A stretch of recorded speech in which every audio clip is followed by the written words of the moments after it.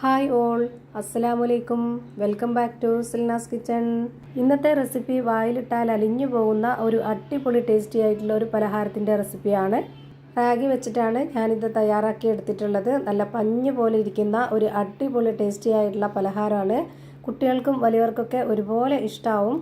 ചില കുട്ടികൾക്കൊക്കെ റാഗി കുറുക്കി കൊടുത്താലൊന്നും ഇഷ്ടാവത്തില്ല. അവർക്ക് ഇതുപോലെ ഈ ഒരു രീതിയിൽ ചെയ്തു കൊടുത്താൽ എന്തായാലും അവർ കഴിച്ചിരിക്കും. റാഗിയുടെ ഗുണങ്ങൾ എന്തൊക്കെയാണെന്നുള്ളത് ഞാൻ പ്രത്യേകിച്ച് പറയേണ്ട കാര്യമില്ല, എല്ലാവർക്കും അറിയുന്നതാണ്. അപ്പോൾ ഇതെങ്ങനെയാണ് തയ്യാറാക്കിയെന്ന് അറിയാനായിട്ട് വീഡിയോ സ്കിപ്പ് ചെയ്യാതെ മുഴുവനായിട്ടൊന്ന് കണ്ടു നോക്കണേ. റെസിപ്പിയിലോട്ട് കടക്കുന്നതിന് മുമ്പായി സിൽനാസ് കിച്ചൺ ചാനൽ ആദ്യമായിട്ട് കാണുന്നവരാണെങ്കിൽ പ്ലീസ് ഒന്ന് സബ്സ്ക്രൈബ് ചെയ്തേക്കണേ. ഒപ്പം തന്നെ ഈ വീഡിയോസ് നിങ്ങൾക്ക് ഇഷ്ടപ്പെടുകയാണെങ്കിൽ ഒരു ലൈക്ക് ചെയ്ത് ഷെയർ ചെയ്ത് സപ്പോർട്ട് ചെയ്യാനും മറക്കരുത്. ഇനി നമുക്ക് ഇതെങ്ങനെയാണ് തയ്യാറാക്കിയെന്ന് നോക്കാം. റാഗി കൊണ്ടുള്ള ഈ ഒരു പലഹാരം തയ്യാറാക്കാനായിട്ട് ഞാനിവിടെ ഒരു 3 മണിക്കൂർ മുന്നേ തന്നെ 250 ml കപ്പിൻ്റെ അളവിൽ 1 കപ്പ് റാഗി നന്നായി കഴുകിയതിന് ശേഷം വെള്ളത്തിലിട്ട് കുതിർത്ത് വെച്ചിരുന്നു. 3 മണിക്കൂറോളം കുതിർത്ത് വെച്ചിരുന്നിട്ട് അതിൻ്റെ വെള്ളമെല്ലാം ഞാനിപ്പോൾ ഊറ്റിക്കളഞ്ഞിട്ടുണ്ട്. ഇനി നമുക്ക് ഇതിലേക്ക് വേണ്ടത് ചിരകിയ തേങ്ങയാണ്. റാഗി എടുത്തിട്ടുള്ള അതേ കപ്പ് അളവിൽ തന്നെ 250 ml കപ്പിൻ്റെ അളവിൽ 1 കപ്പ് ചിരകിയ തേങ്ങ ഇതിലേക്ക് ഇട്ട് കൊടുക്കുന്നുണ്ട്. പശുവിൻ പാലിൽ വേണമെങ്കിലും ചെയ്തിട്ടെടുക്കാവുന്നതാണ്. പക്ഷേങ്കിൽ ഈ ഒരു പലഹാരത്തിന് ഏറ്റവും കൂടുതൽ ടേസ്റ്റ് തേങ്ങ ചിരകിയത് ഇട്ട് കൊടുക്കുമ്പോഴാണ്. ഇനി ഇതിലേക്കൊരു 3 ഏലക്ക ഇട്ട് കൊടുക്കാം. ഇതെല്ലാം കൂടെ ഇനി മിക്സിയുടെ ജാറിലേക്ക് ഇട്ട് കൊടുത്തിട്ട് അരച്ചെടുക്കാനുള്ളതാണ്. അപ്പോൾ ഞാനിത് മുഴുവനായിട്ടും ഒറ്റ ട്രിപ്പിൽ തന്നെ അരച്ചെടുക്കാൻ വേണ്ടി ഇതുപോലൊരു മിക്സിയുടെ ജാറിൽ മുഴുവനായിട്ടും ഇട്ട് കൊടുത്തിട്ടുണ്ട്. ഇനി അതിലേക്ക് 1 കപ്പ് വെള്ളമാണ് ഒഴിച്ചു കൊടുത്തിട്ടുള്ളത്. അതായത് 250 ml കപ്പിൻ്റെ അളവിൽ 1 കപ്പ് വെള്ളം ഒഴിച്ച് ആദ്യം അരച്ചെടുത്തിട്ടുണ്ട്. ഇനി അരച്ചെടുത്ത മിക്സിനെ ഒരു പാത്രത്തിൽ അരിപ്പ് വെച്ചിട്ട് ഒന്ന് അരിച്ചെടുക്കുന്നുണ്ട്.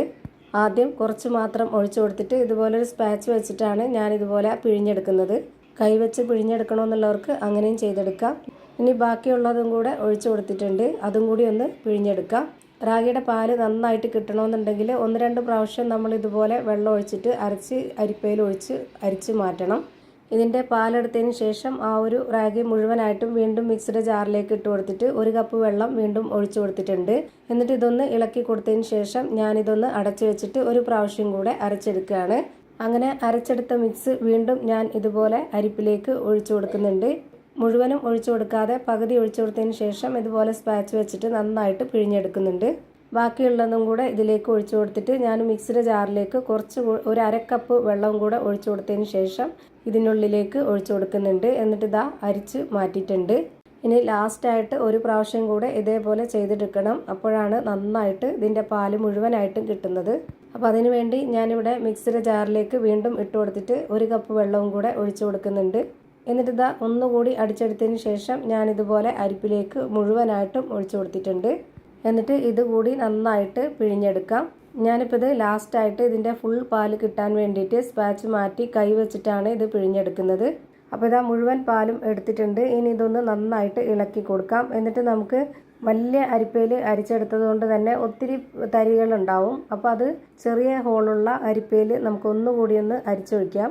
അങ്ങനെ ഞാനിതാ ചെറിയൊരു അരിപ്പ് എടുത്തിട്ടുണ്ട്, അതിലേക്ക് ഒഴിച്ചു കൊടുക്കുകയാണ്. ഇതിൻ്റെ തരി വന്ന് അടയുമ്പോൾ ഇതിൽ പോവത്തില്ല, ഈ ഒരു അരിപ്പ നിറയും. ആ ഒരു സമയത്ത് നമുക്ക് കൈ വെച്ചിട്ട് ഇതുപോലെ ഒന്ന് തട്ടിക്കൊടുക്കാം. അപ്പോൾ അത് മുഴുവനായിട്ടും ആ പാല് വീണ് കിട്ടും.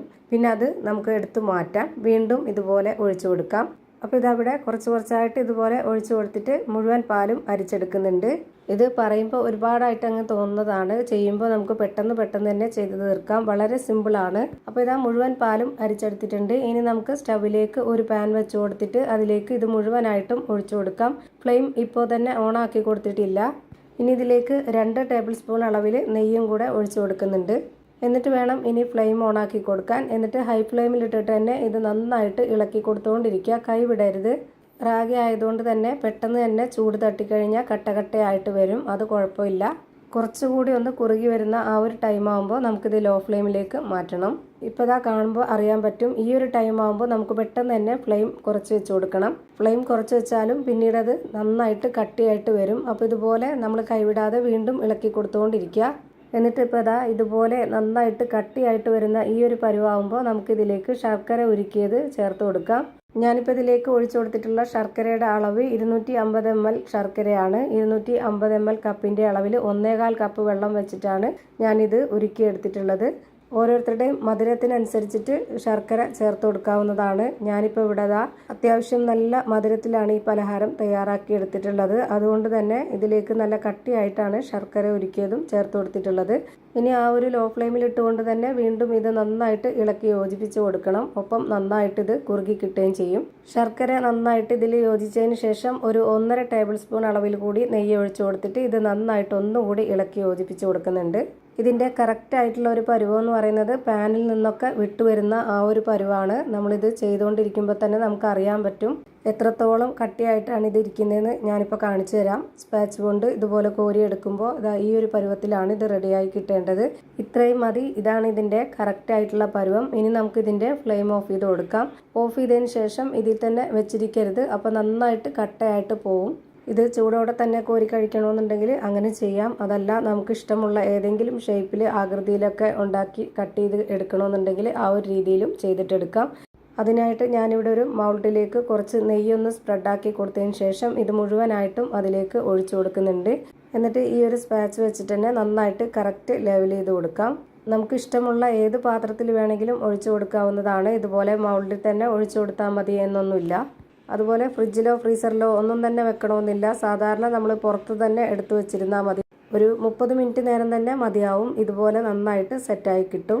ഇനി നമുക്ക് ഇഷ്ടമുള്ള ആകൃതിയിൽ ഷേപ്പിലൊക്കെ കട്ട് ചെയ്ത് കഴിക്കാവുന്നതാണ്. നല്ല ടേസ്റ്റി ആയിട്ടുള്ള നല്ല സോഫ്റ്റ് ആയിട്ടുള്ള പഞ്ഞ് പോലൊരു പലഹാരമാണ്. വായിലിട്ടാൽ അലിഞ്ഞു പോകുന്നൊക്കെ പറയുന്ന പോലത്തെ കറക്റ്റ് ആയിട്ടുള്ള പരുവത്തിലാണ് ഇത് കിട്ടിയിട്ടുള്ളത്. ഒരു തവണ ഇതുപോലെ ഉണ്ടാക്കി കഴിച്ചാൽ നമുക്ക് വീണ്ടും വീണ്ടും ഇതേപോലെ തന്നെ ഉണ്ടാക്കി കഴിക്കാൻ തോന്നും. എന്തായാലും ഒരു തവണ നിങ്ങളും ഇതുപോലെ ഒന്ന് ട്രൈ ചെയ്ത് നോക്കുക. നിങ്ങൾക്ക് എന്തായാലും ഇഷ്ടമാവും. അപ്പോൾ ഇത്രയേ ഉള്ളൂ ഇന്നത്തെ വീഡിയോ. വീഡിയോ ഇഷ്ടമായാൽ ലൈക്ക് ചെയ്യാനും കമൻറ്റ് ചെയ്യാനും ഷെയർ ചെയ്യാനും മറക്കരുത്. അതുപോലെ തന്നെ ഞാനിടുന്ന പുതിയ പുതിയ വീഡിയോസ് നോട്ടിഫിക്കേഷനായിട്ട് കിട്ടുന്നതിന് വേണ്ടി സബ്സ്ക്രൈബ് ചെയ്ത് ബെല്ലൈക്കൺ അമർത്തി അതിൽ ഓൾ എന്ന ഓപ്ഷൻ എനേബിൾ ചെയ്ത് കൊടുക്കാനും മറക്കരുത്. പുതിയൊരു വീഡിയോയുമായി വീണ്ടും വരും. Thank you for watching.